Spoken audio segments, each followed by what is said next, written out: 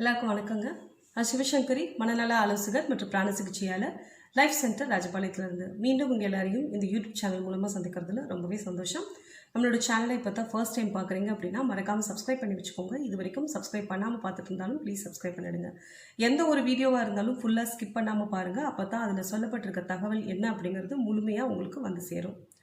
நம்ம ஃப்ளார் சீரீஸில் இன்றைக்கி பார்க்க போகிற மலர் எதை பற்றினது அப்படின்னா செரி ப்ளம் அப்படிங்கக்கூடிய மலர் தீர்வு.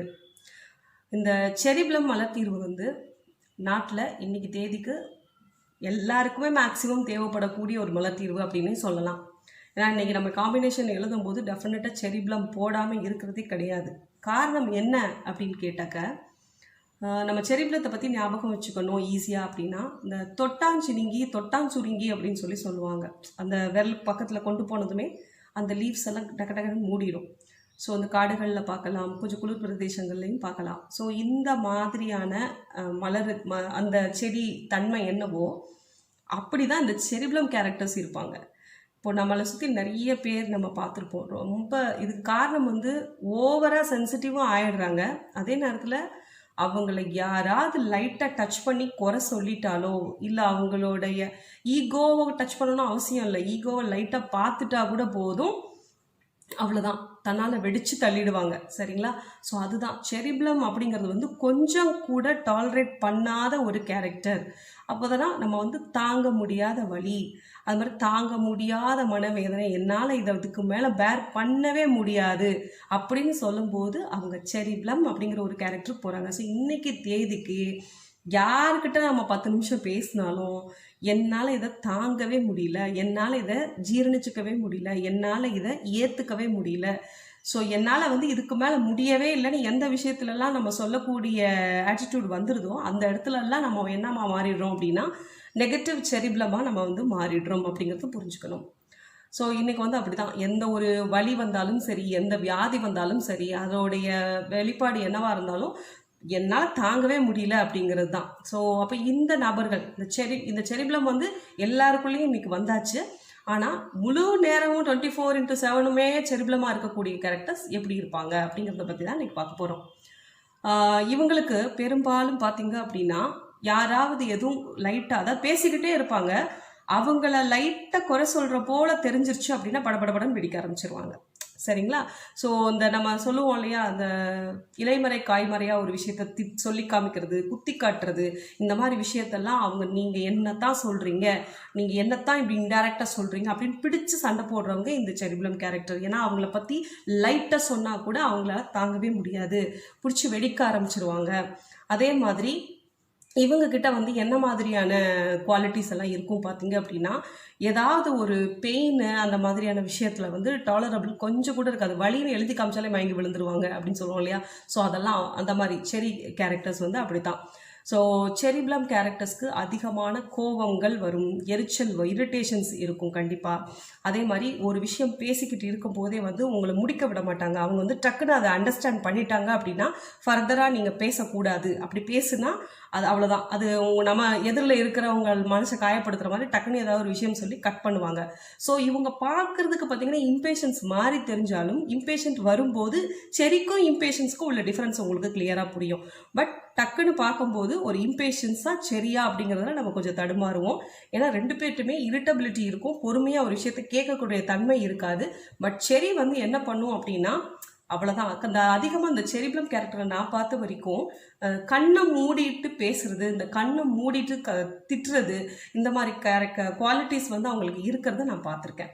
சரிங்களா? இது என்னோட எக்ஸ்பீரியன்ஸில். கோவம் வந்துருச்சு அப்படின்னா சில குழந்தைங்க வந்து கண் மூடிட்டு கத்தி அழுவாங்க சின்னதுலேயே. அப்போ அதெல்லாம் புரிஞ்சுக்கணும், அவங்களாம் செரி ப்ளம் கேரக்டரில் அவங்களெல்லாம் குட்டியாக இருக்கும் போதே நம்ம மாற்றிட்டோன்னா பின்னாடி வரும்போது ப்ராப்ளம் கிடையாது. ஸோ இதை வளர விட என்ன ஆகும்னா அவங்களுக்கு டெஃபினட்டாக பொறுமை இருக்காது, எந்த ஒரு விஷயத்தையும் முழுசாக கற்றுக்க மாட்டாங்க குழந்தைங்க. அதே மாதிரி நீங்கள் ஒரு விஷயம் சொல்லும் போதே இவங்க ஒரு அனுமானத்தில் தவறுதலாக புரிஞ்சுட்டு கூட இவங்க இதான் சொல்ல வராங்கன்னு அப்படியே அதை எண்டு கார்ட் போடுவாங்க. சரிங்களா? இதெல்லாம் வந்து இந்த செரி ப்ளம் அப்படிங்கிற கேரக்டர் நம்ம பார்க்கலாம். அதே போல் இந்த செரி ப்ளம் கேரக்டரில் பார்த்தீங்க அப்படின்னா இன்னொரு உதாரணம், சில பேர் வந்து நான் வெயிட் ரிடக்ஷன் பண்ணுறேன் அப்படின்னு சொல்லிட்டு பெரும்பாலும் அதிகமாக அவங்க செரி ப்ளமாக அவங்க மாறுவாங்க. என்ன அப்படின்னா வெயிட் ரிடக்ஷன் பண்ணும்போது இந்தந்த விஷயம்லாம் சாப்பிட வேண்டாம்னு சொல்லி அவங்க ஒரு சார்ட் போட்டிருப்பாங்க. எங்கேயாவது பார்க்கும்போது அவங்கள பார்த்தோன்னே உங்களுக்கு டெம்டேஷன் அதிகமாயிட்டு, இப்போ ஃபார் எக்ஸாம்பிள் நான்வெஜ்ஜே எடுத்துக்குவோமே, நான்வெஜ் சாப்பிடவே கூடாது இன்னையிலேருந்துன்னு ஒரு உறுதி எடுத்திருப்பாங்க.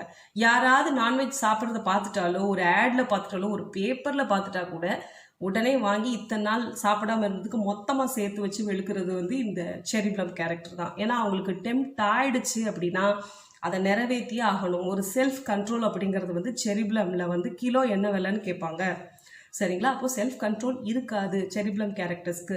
ஸோ குழந்தைங்க கண் மூடி அழுகிறது, அதே மாதிரி நம்ம பேச ஆரம்பிக்கும் போதே அதை ஸ்டாப் பண்ணி விடுறது, இல்லைனா இன்னொருத்தரோட பேசிக்கிட்டு இருக்கும் போது இடையில கட் பண்ணுறது. இது பெரியவங்க கூட கிடையாது, பெரியவங்க கூட இந்த விஷயத்த பண்ணுவாங்க, நாட் ஓன்லி குழந்தைங்க.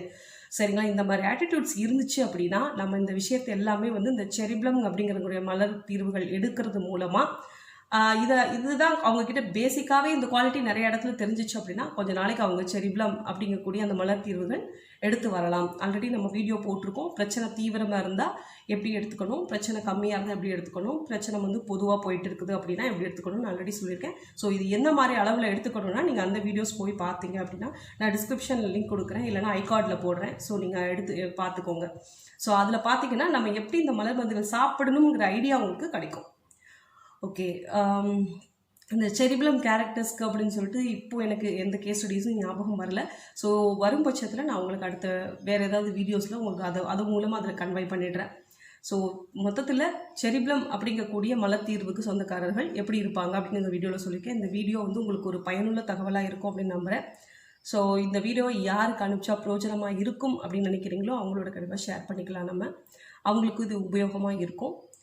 அதே போல் உங்களுக்கு கன்சல்டேஷன் தேவைப்படும் பட்சத்தில் 7708871224ங்கிற எண்ணுக்கு வாட்ஸ்அப் மட்டும் பண்ணுங்கள், ப்ளீஸ் கால் பண்ண வேண்டாம். அதே மாதிரி வாட்ஸ்அப் செஷன் ஜாயின் பண்ணணும்னு நிறைய பேர் கேட்குங்க. உங்களுக்கு வாட்ஸ்அப் செஷன் ஜாயின் பண்ணணும்னாலும் சரி, கன்சல்டேஷன் வேணும்னாலும் சரி, இது ரெண்டுக்குமே ஒரே ப்ரொசீஜர் தான்.